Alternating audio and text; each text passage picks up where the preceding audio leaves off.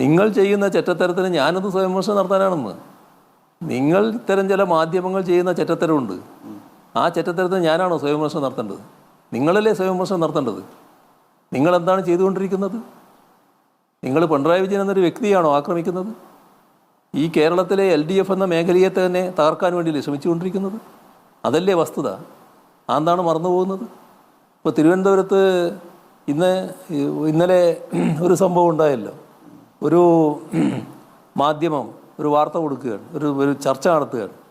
ആ ചർച്ചയിൽ 2 കൂട്ടരേ മത്സരിക്കുന്നുള്ളൂ. ആ 2 കൂട്ടർ UDF-ഉം അതോടൊപ്പം BJP-യാണ്. പിന്നെ അവസാനം LDF-ൻ്റെ ഒരു പാവം ഇവിടെ മത്സരിക്കുന്നു എന്നൊരു വാചകവും. യഥാർത്ഥത്തിൽ അവിടെ പ്രധാന മത്സരത്തിൻ്റെ ഏറ്റവും ഉയർന്നു നിൽക്കുന്നയാൾ LDF-ൻ്റെ പന്ന്യൻ രവീന്ദ്രനാണല്ലോ. അദ്ദേഹത്തെ അങ്ങ് തമസ്കരിക്കുകയാണ്.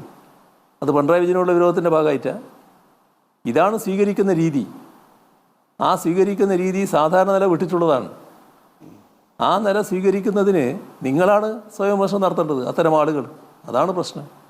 മാധ്യമ വിമർശനത്തിന് മാറ്റം വരില്ലല്ലോ. അതൊരു നിലപാടല്ലേ.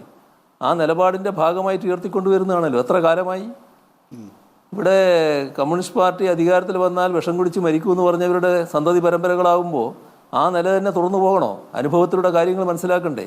ഇവിടെ എത്ര കാലം കമ്മ്യൂണിസ്റ്റ് പാർട്ടി അടക്കം പങ്കാളിത്തം വഹിച്ച ഗവൺമെൻറ്റുകളുണ്ടായി?